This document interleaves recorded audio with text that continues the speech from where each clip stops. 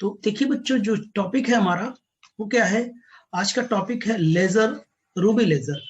Ruby laser generally जो laser होता है वो कई क्लास में होता है, कई क्लासेस में होता है। जैसे कि रूबी लेजर कई टाइप का होगा। सॉलिड स्टेट लेजर,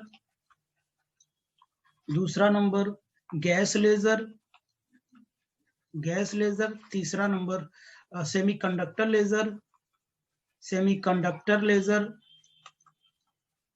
चौथा नंबर क्या है? Liquid laser. तो लेजर कई क्लास में क्या है कि क्लासिफाइड है। Solid state laser, gas laser, semiconductor laser, liquid laser. लेकिन हमारे सिलेबस में केवल दो ही लेजर है, एक सॉलिड स्टेट लेजर है, दूसरा क्या है? गैस लेजर है। तो जो रूबी लेजर है एक इसमें आता है सॉलिड स्टेट लेजर, ठीक है ना। इसके बाद हीलियम नियॉन लेजर पढ़ेंगे जो गैस लेजर कहलाएगा। तो कितने क्लास में जो लेजर हैं मेनली क्लासिफाइड हैं? 4 क्लास में हैं। एक solid state laser, gas laser, semiconductor laser and liquid laser, ठीक है ना। तो हमको केवल दो पढ़ना है, solid state laser and gas laser, ठीक है ना। कम से कम इतना जानते रहो कितने टाइप के लेजर को हम स्टडी कर सकते हैं, ठीक है ना। तो रूबी लेजर, तो रूबी लेजर में है क्या बच्चों? रूबी लेजर कुछ है नहीं। तो ये क्या है? इसको सबसे पहले एक हमारे साइंटिस्ट थे, मैमन साइंटिस्ट थे। मैमन साइंटिस्ट थे। इन 1960 में उन्होंने सबसे पहले क्या किया? रूबी लेजर डेवलप किया। 1960 में मैमन ने रूबी लेजर को डेवलप किया। और ये जो था वो कैसा था? सॉलिड स्टेट लेजर था। क्या था? सॉलिड स्टेट लेजर था।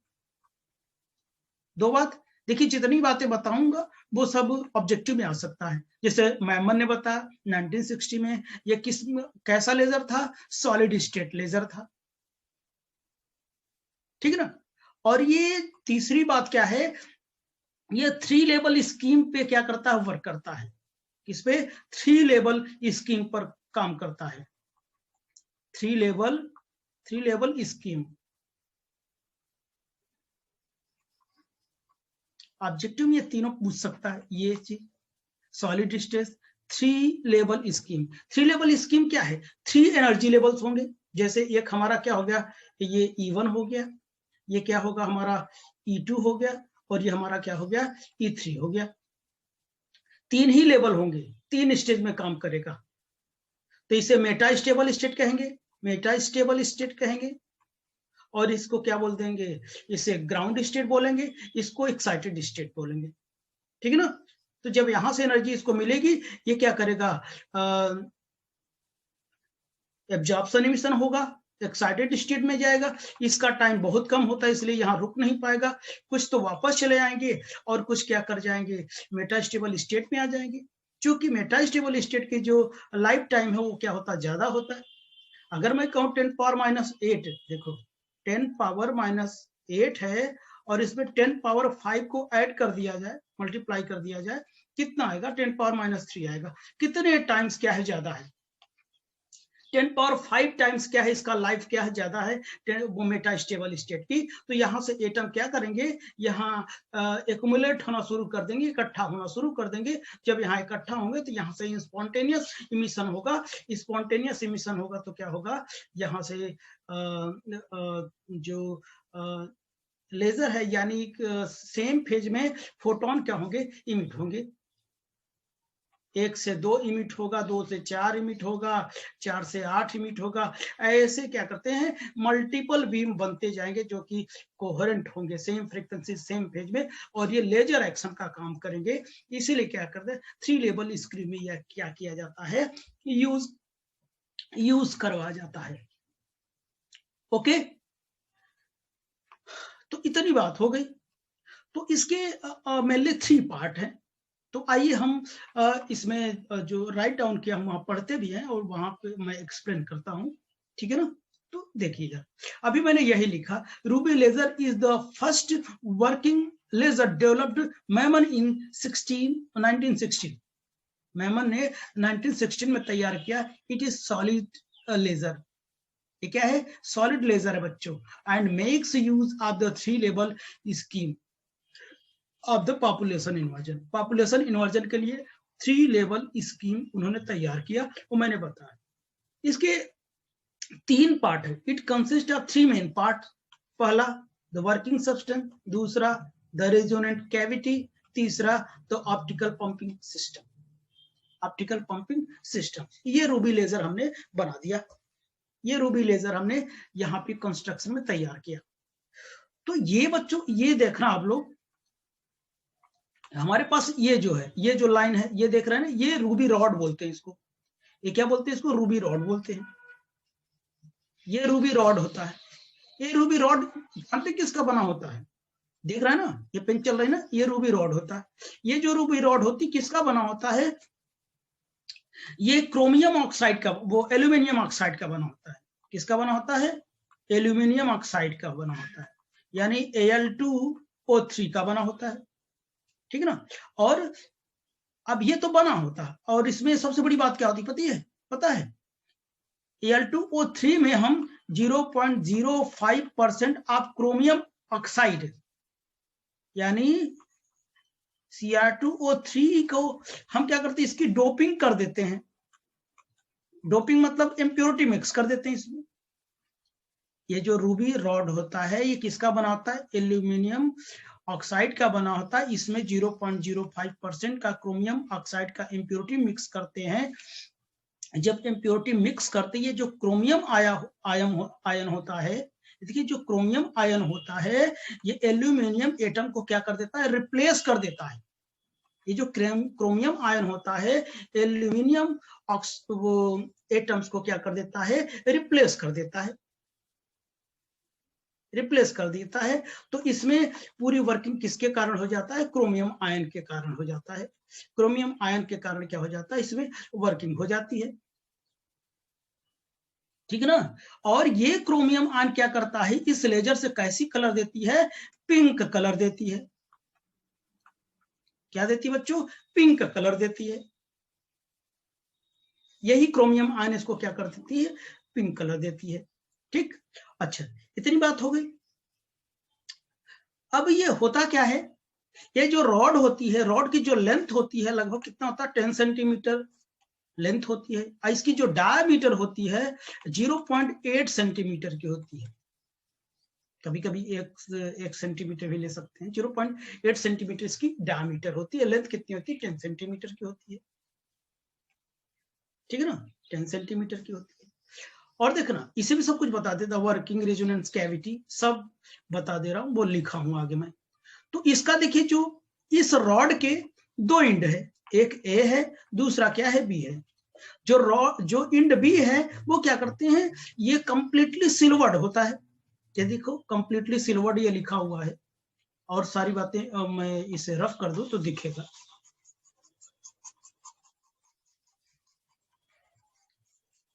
और बातें मैंने बता दिया,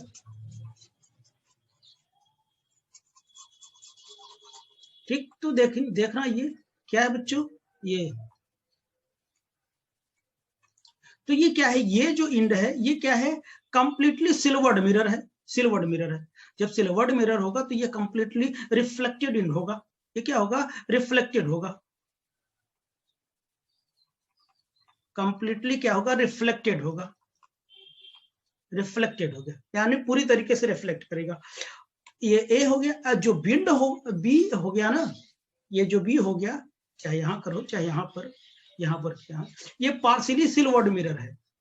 पार्शियली सिल्वर्ड मिरर मतलब कुछ को ट्रांसमिट होने, यानी टोटल का 10% क्या करेगा, बाहर जाने देगा, और 90% क्या कर देगा, रोक लेगा, रिफ्लेक्ट कर देगा, वापस कर देगा। यानी 10% जो क्या करेगा, ये फोटोन इमिट होगा, उसको क्या करेगा, ट्रांसमिट होने देगा लेजर के फॉर्म में, बाकी को क्या कर देगा, रोक लेगा, ठीक। इतनी बात हो गई कंस्ट्रक्शन में। अब उसके बाद होता क्या है, इस पर एक क्या होता है, ग्लास इन्वॉल्व लगा दिया जाता है रॉड के ऊपर। ग्लास इनवलप मतलब ग्लास का कवर लगा दिया जाता है। अब इस कवर के अंदर जेनान फ्लैश ट्यूब लगा दिया जाता है। ये इसको बोलते हैं जेनॉन फ्लैश लैंप कह लीजिए, ये लिखा हुआ जेनॉन फ्लैश लैंप ट्यूब कह लीजिए, ये चीज जेनान का बना होता है। और इस पर क्या होता है, रूबी रॉड पर आप देख रहे हैं ऐसे क्या कर दिया गया है, लपेट दिया गया है, ठीक है ना। और इसको पावर सप्लाई से क्या कर दिया गया है, ये कनेक्ट कर दिया गया है, पावर सप्लाई से क्या कर दिया, कनेक्ट कर दिया गया है। और साथ ही साथ ये जो ट्यूब है इसको कूलिंग के लिए क्या कर दिया जाता है, भी कनेक्ट कर दिया जाता है वाटर के थ्रू। इस पूरे सिस्टम को क्या, क्योंकि बार बार गेट रिफ्लेक्शन होता है, ये हीट हो सकता है, इसके लिए कूलिंग के लिए भी लगा दिया जाता है। ये था पूरा कंस्ट्रक्शन था, ये सारी बातें मैं लिख रखा हूं। इसको पढ़ने के बाद तब हम लोग लेजर एक्शन में चलते हैं, कैसे लेजर ऑपरेशन काम करता है। ओके बच्चों, आई थिंक ये सब समझ में आ गया होगा, कुछ है नहीं, जो मैंने बताया बस वही।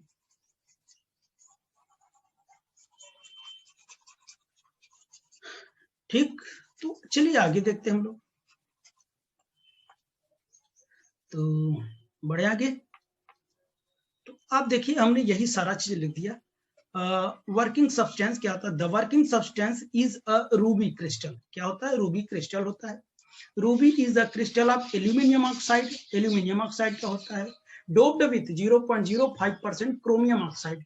क्रोमियम ऑक्साइड को क्या करते हैं, डोपिंग कर देते। डोपिंग मतलब इम्प्योरिटी मिक्स कर देते हैं, ठीक। तो aluminium atom is the crystal are replaced by the chromium ion. Chromium ion द्वारा एल्यूमिनियम एटम को रिप्लेस कर दिया जाता है। दिस इम्प्योरिटी यानी chromium ion give a pink colour, मैंने बताया था ना, ये पिंक कलर देता है to ruby and give rise to laser action. और ये लेजर एक्शन को राइज करता है, बढ़ाता है लेजर एक्शन को, ठीक। तो आगे देखिए रेजोनेंस कैविटी क्या होता है, वही जो उसके कंस्ट्रक्शन का अपर पार्ट है।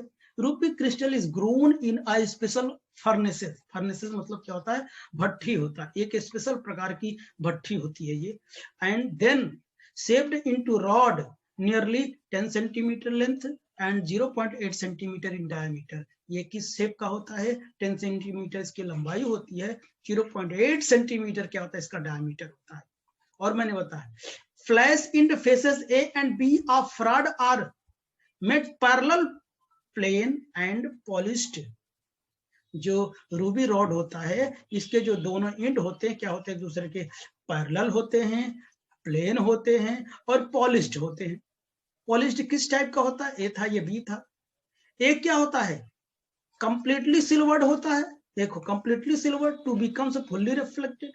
कंप्लीटली सिल्वर्ड होता है, पूरी तरीके से क्या कर देगा, ये रिफ्लेक्ट कर देगा। एंड सेकंड क्या है, अदर इज पार्शियली सिल्वर्ड, दूसरा आधा अधूरा सिल्वर्ड किया गया है, इससे कुछ पार्ट रिफ्लेक्ट होगा, कुछ पार्ट क्या होगा, ट्रांसमिट होगा। वही चीज लिखा हुआ इसमें, ठीक बच्चों। तो अब देखिए जो ruby rod is surrounded by the cylindrical glass envelope. मैंने बताया पूरे रूबी रॉड को एक सिलेंड्रिकल इनवलप से क्या कर दिया गया, इसको ढक दिया गया है, सुरक्षा कवच पहना दिया गया है, through which liquid nitrogen or water is circulated to keep the rod cool। Rod को कूल करने के लिए ये लिक्विड नाइट्रोजन और वाटर का क्या किया जाता है, यूज किया जाता है। ओके, अब जो थर्ड नंबर है the optical pumping. Optical pumping में क्या होगा बेटा, देख रहा, optical pumping system is the form of helical xenon flash tube. Helical xenon flash tube के फॉर्म में होता है। देखिए ऑप्टिकल पंपिंग क्या होता है, जो रूबी रॉड होता है, देखिए रूबी रॉड होता है ना, रूबी रॉड के ऊपर क्या किया जाता है, ऐसे लपेट दिया जाता है ना, ऐसे लपेट दिया गया ना, भाई देखे ना, ये जेनॉन फ्लैश ट्यूब था, जेनॉन फ्लैश ट्यूब था, ये जेनॉन फ्लैश ट्यूब था। तो ऑप्टिकल पंपिंग इसी जेनॉन फ्लैश ट्यूब के थ्रू दिया जाता है।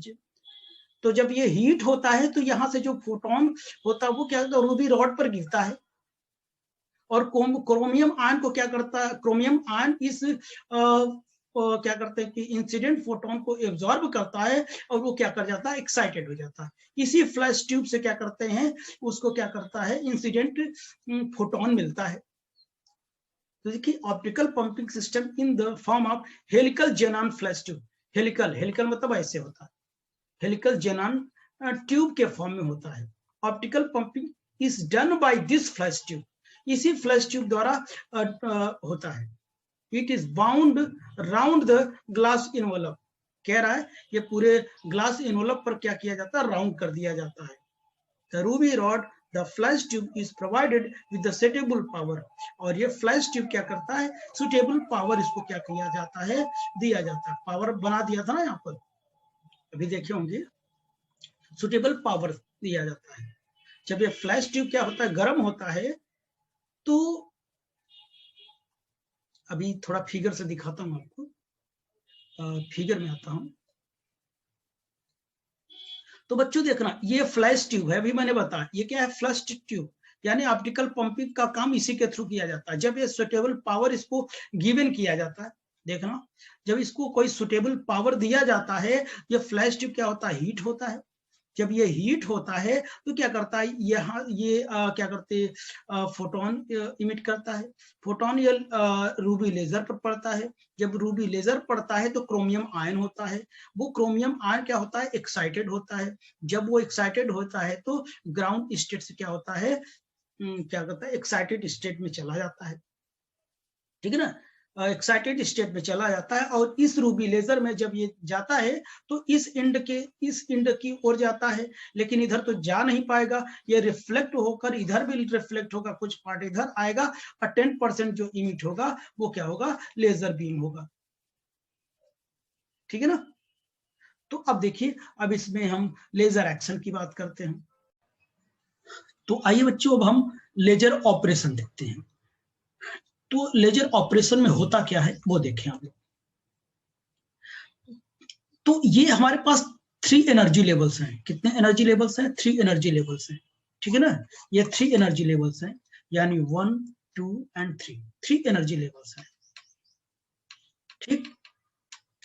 तो यहां पर देखना आप, जैसे ही यहां पर ये जो एनर्जी लेवल्स हैं वो किसकी हैं, 1, 2, 3 किसकी हैं, ये in Ruby laser there are 3 energy levels of chromium ions. Chromium ion की एनर्जी लेवल्स हैं, ये 1, 2 एंड 3 किसकी है, क्रोमियम आयन की है, ठीक है ना। तो अब देखना, जब हम क्या करेंगे, फ्लैश लाइट यानी जेनॉन फ्लैश ट्यूब की जो लाइट क्या करती है, फॉल्स करती है रूबी रॉड पर, तो इसका प्रभाव 1 सेकेंड के लिए रहता है। किसके लिए रहता है, 1 सेकेंड क्या, ये बहुत कम सेकेंड के लिए रहता है, आप कह सकते हो मिली सेकेंड के लिए रहता है। तो जब ये क्या करता है कि इस पर रूबी रॉड पर ये फॉल्स करता है, तो इसकी जो लाइट की जो कंपोनेंट है वेवलेंथ की, वो कितनी होती है, लगभग 5600 एंगस्ट्रॉम की होती है। जब ये क्रोमियम आयन क्या करता है, इसको जब एब्जॉर्ब करता है तो ये गेट एक्साइटेड, ये एक्साइटेड हो जाता है। जब ये एक्साइटेड हो जाता है तो बच्चों करता है क्या, ये क्या करता है, ये ग्राउंड यानी ये ग्राउंड स्टेट से एक्साइटेड स्टेट यानी 3 में क्या करता है, ये ट्रांजिशन हो जाता है, जंप कर जाता है, ठीक। तो जब वो 3 एक्साइटेड स्टेट 3 पर जाता है, 3 में जाता है, तो आप जानते हैं जो इसका लाइफ होता है 10⁸ सेकेंड का होता है, जो कि बहुत कम होता है। जब यहाँ पे क्रोमियम एटम पहुंचेगा, इसका लाइफ बहुत कम होता है, तो क्या करेगा, ये कुछ एटम्स क्या करेंगे, ग्राउंड स्टेट में वापस आ जाएंगे, और कुछ क्या कर जाएंगे, ये क्या अगर सेकेंड एनर्जी स्टेट में जाएंगे। सेकेंड एनर्जी स्टेट को क्या बोलते हैं, मेटा स्टेबल स्टेट, जो इसकी एनर्जी जो लाइफ होती है उसका 10⁻³ सेकेंड होती है। ध्यान सुनना, अब आप देखो तो कितनी कम होती है इससे, यानी कितनी ज्यादा, 10⁻8 में अगर मैं 10⁵ का मल्टीप्लाई कर दूं 10⁻3, आप ये कह सकते हैं, यानी ये इससे कितना 10⁵ टाइम्स, यानी अगर इसे मैं ऐसे लिखूं कितना, 1, 10, 100, 1000, 10,000 लाख, 1 लाख टाइम्स क्या है ज्यादा इसकी लाइफ। इसकी लाइफ कितनी ज्यादा है, 1 लाख गुना क्या है इसकी लाइफ ज्यादा है, वो अपने से भी देख सकते हैं आप। तो ऑब्वियसली यहाँ पर जो इलेक्ट्रॉन के रहने की जो प्रोबेबिलिटी है वो क्या कर जाएगी, बढ़ जाएगी। इलेक्ट्रॉन की रहने की जो प्रोबेबिलिटी है वो क्या कर जाएगी, बढ़ जाएगी। तो यहाँ पर जो आएगा, यहाँ पर एटम आएंगे, ठीक ना, यहाँ पर आएंगे और यहाँ पर। तो ये जो मेटा स्टेबल स्टेट है, मेटा स्टेबल स्टेट है, स्टेबल स्टेट है, ये क्या होता है कि ये डबलेट सेपरेशन है, जिसके बीच की जो विड्थ है वो कितनी है, 14 एंगस्ट्रॉम की है। ये डबलेट सेपरेशन है। तो ये जब यहां पर क्या करेगा, 3 से 2 में आएगा, ये नॉन रेडिएटिव ट्रांजिस्टर होगा, नॉन रेडिएटिव होगा, नॉन रेडिएटिव होगा, ठीक है ना। तो अब देखना बच्चों, यहां पर आ गया, इतनी बात सबको समझ में आई। तो अब देखना होगा क्या, तो चूंकि इसका लाइफ ज्यादा है, तो यहाँ पे जो एटम्स होंगे वो क्या करते जाएंगे, इकट्ठा होते जाएंगे। जब इकट्ठा होते जाएंगे तो ये क्या करेगा, पॉपुलेशन इन्वर्जन को क्या कर देगा, डेवलप कर लेगा। पॉपुलेशन इन्वर्जन यहां पर क्या कर जाएगा, डेवलप हो जाएगा। यहाँ का जो पॉपुलेशन इन्वर्जन है ना, वो क्या होगा, अनस्टेबल होगा। क्या होगा, अनस्टेबल होगा। बात को सुनते जाओ, मैं क्या बोलता हूं, अनस्टेबल होगा, अनस्टेबल होगा। क्योंकि जो स्पॉन्टेनियस ट्रांजिशन के कारण अनस्टेबल इसलिए होगा, स्पॉन्टेनियस ट्रांजिशन के कारण, ध्यान सुनना, स्पॉन्टेनियस ट्रांजिशन के कारण इंड्यूस्ड ट्रांजिशन क्या, इमिशन स्टार्ट हो जाएगा, इंड्यूस्ड इमिशन स्टार्ट हो जाएगा। स्पॉन्टेनियस ट्रांजिशन के कारण इंड्यूस्ड इमिशन क्या हो जाएगा, स्टार्ट हो जाएगा। तथा एक स्थान पर क्या करेगा, 2 फोटोन इमिट करेगा। तो इससे क्या होगा, एक स्थान पर क्या होगा, 2 फोटोन क्या करेगा, इमिट करेगा। ध्यान सुनते जाओ, एक स्थान पर 2 फोटोन इमिट करेगा। यह फोटोन रूबी क्षण में क्या करेगा, गति करेगा। ये रूबी रॉड है, यह फोटोन रूबी रॉड में क्या करेगा, गति करेगा, ठीक है ना। रूबी रॉड में क्या करेगा, गति करेगा। और यह क्रिस्टल के एक्सिस के क्या होगा, पैरेलल मूव करेगा। ये क्रिस्टल के एक्सिस के क्या होगा, पैरेलल क्या करेगा, वो मूवमेंट करेगा। और बार बार क्या करेगा, इससे बार बार रिफ्लेक्ट होगा। जो ये कंप्लीटली सिल्वर्ड इंड है, बार बार क्या करेगा, रिफ्लेक्ट होगा। जब बार बार रिफ्लेक्ट होगा तो जो और क्या है कि एटम्स है उसको स्टिमुलेट कर देगा, इसको क्या कर देगा, स्टिमुलेट कर देगा, मतलब उसको क्या कर देगा, एनर्जी दे देगा। तब वो जो एटम होगा एनर्जी देने पर वो क्या करेगा पता है, एक नया फोटोन क्या करेगा, इमिट करेगा। एक नया फोटोन क्या कर देगा बेटा, इमिट कर देगा। ध्यान सुनते जाओ बस, एक नया फोटोन क्या कर देगा, इमिट कर देगा। तो इस स्टिमुलेटेड से जो फोटोन इमिट होगा वो कोहेरेंट होगा, सेम फेज में होगा, सेम फ्रीक्वेंसी होगा, सेम डायरेक्शन में होगा, ठीक है ना, सेम फेज का होगा। तो यह जो प्रोसेस है ये बार बार होती रहेगी, यह प्रोसेस बार बार होती रहेगी। क्योंकि फोटोन क्रिस्टल के क्रिस्टल के जो इंड्स है उससे क्या करेगा, बार बार क्या करेगा, रिफ्लेक्ट होता रहेगा और उसके एक्सिस के अलोंग चलता रहेगा। इस प्रकार जो फोटॉन्स हैं, एक फोटॉन आया, इससे 2 हो गया, 2 से 4 हो गया, 4 से 8 हो गया। इस प्रकार से क्या फोटोन का मल्टीपल होते चले जाएंगे। और जब मल्टीपल होते जाएंगे तो मोर एम्प्लीफाइड हो जाएगा, मोर इंटेंस हो जाएगा। तथा इसका एक भाग जो क्या है, पार्शियली रिफ्लेक्टेड है, उससे क्या हो जाएगा, बाहर निकल जाएंगे। और इस प्रकार क्या कहते हैं कि ये लेजर काम करना शुरू कर देगा। अच्छा, ये बात हो गई। अब आगे देखना थोड़ा, मैं क्या बताता हूं। इतनी बातें बता दिया। ये कुछ भी लिखवाऊंगा नहीं, बार बार आप वीडियो देखकर इसे क्या कर सकते हैं, एनालाइज कर सकते हैं, सीख सकते हैं, ठीक है ना।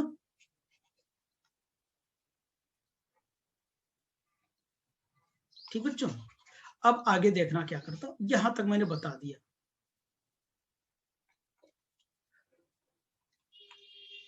अब देखना क्या करूं, तो देखना अब यहां पे जब पॉपुलेशन इन्वर्जन क्या होगा, डेवलप्ड हो जाएगा। यहां पर पॉपुलेशन इन्वर्जन क्या होता है, डेवलप्ड हो जाता है, ठीक है ना। तो यहां पर देखिए एक ऐसा स्टेज आ जाता है, एक ऐसा स्टेज आ जाता है, एक ऐसा स्टेज आ जाता है जब ये फ्लैश ट्यूब है, जो जेनान फ्लैश ट्यूब है, ये देख रहे हैं ना, जो ये पेन देख रहे हो ना मेरी, जो जेनान फ्लैश ट्यूब है वो क्या करता है, द्वारा जो पॉपुलेशन इन्वर्जन उत्पन्न किया जाता है वो प्रयोग कर लिया जाता है। जेनान फ्लैश ट्यूब द्वारा जो पॉपुलेशन इन्वर्जन यहाँ पर जनरेट होता है वो उपयोग कर लिया जाता है। अतः अब जो बीम होगा यानी लेजर बीम होगा, अब वो क्या हो जाएगा, बंद हो जाता है, जब तक कि पुनः क्या करेगा, पुनः जेनान फ्लैश ट्यूब प्रक्रिया शुरू नहीं कर देती, शुरू नहीं कर देती। अतः रूबी लेजर एक पल्स के फॉर्म में चलता है। किस फॉर्म में चलता है, पल्स्ड के फॉर्म में चलता है, इसीलिए इसे रूबी पल्स्ड लेजर भी कहते हैं, पल्स के फॉर्म में। ये क्वेश्चन मिल गया, पल्स्ड भाई लगातार नहीं चलती है, एक बार ये पॉपुलेशन इन्वर्जन तैयार करेगा, उसको पूरा कर लेगा, तब फिर से क्या करेगा, ये फ्लैश ट्यूब पॉपुलेशन इन्वर्जन तैयार करेगा, ठीक। और ये पल्स बहुत कम टाइम के लिए होता है, 1 मिली सेकेंड से भी कम टाइम का होता है, 1 मिली सेकेंड से भी कम टाइम का होता है। क्या होता है बेटा, 1 मिली सेकेंड से भी कम टाइम का होता है। इसका अर्थ यह है कि लेजर से जो एम्प्लीफाइड इंस्टेंटेनियस पावर मिलती है, इंस्टेंटेनियस पावर मिलती है, इसका मतलब ये हुआ, ठीक। अच्छा, अब देखिए इसमें क्या है, डबल सेपरेशन है ये energy level, Meta stable state, ठीक है ना, जिसकी वेवलेंथ रेंज कितनी है, 14 एंगस्ट्रॉम सेपरेशन इतनी है। यहां से जब सेल्फ क्या होगा, स्पॉन्टेनियस इमिशन होगा, तो यहाँ पे दो क्या करेंगे, वीक लाइन मिलेगी, यहाँ पे हमको 2 वीक लाइन मिलेगी। ये क्या होगा, 6943 एंगस्ट्रॉम की मिलेगी, दूसरे मिलेगी 6929 एंगस्ट्रॉम की मिलेगी, वीक लाइन मिलेगी। इसमें से प्रत्येक की विड्थ, इसकी जो विड्थ होगी 6 एंगस्ट्रॉम की होगी, ट्विन लाइन की जो विड्थ होगी 6 एंगस्ट्रॉम की होगी, और ये दोनों काफी इफेक्टिव होते हैं।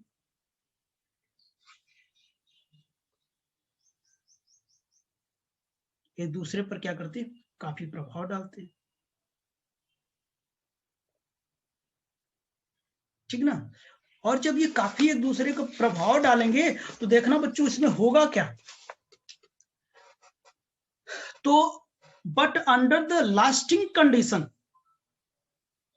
तो ये दोनों एक दूसरे पर क्या कर जाएंगे, the line of wavelength this is dominate over the other line, ये जो ये इतने विड्थ, ये इतनी विड्थ होगी इसकी, तो ये जो बहुत इफेक्टिव होते हैं, ये एक दूसरे पर क्या हो जाते हैं, डोमिनेट हो जाते हैं अदर लाइंस पर। जब अदर लाइंस पर जब डोमिनेट हो जाते हैं तो होता क्या है, इसका जो आउटपुट पावर होता है वो कितना मिलता है पता है, 0.1 वॉट का मिलता है। कब, एट, जब हम इनपुट कितना दिए, 1.5 किलो वॉट इनपुट मैंने दिया, यानी the power of the power output is 0.1 watt at 1.5 kilowatt input। उत्पन्न होती है। इस प्रकार क्या होता है कि इस प्रकार जो हमारा लेजर बीम निकलेगी वो क्या होगी, मोर इंटेंस होगी, यूनिडायरेक्शनल होगा, और क्या होगा, मोर इंटेंस होगा। अब बात समझ में आई? मैंने बहुत कुछ बता दिया, आपको समझ में आया कि नहीं आया? अगर जिसे ना समझ में आया, जिसको नहीं समझ में आया, वो सिंपल तरीका देख सकता है। ये सारी बातें जिसको ना समझ में आई हो तो करेगा, वो क्या करते हैं, 3 लेवल ले, 3 एनर्जी लेवल ले।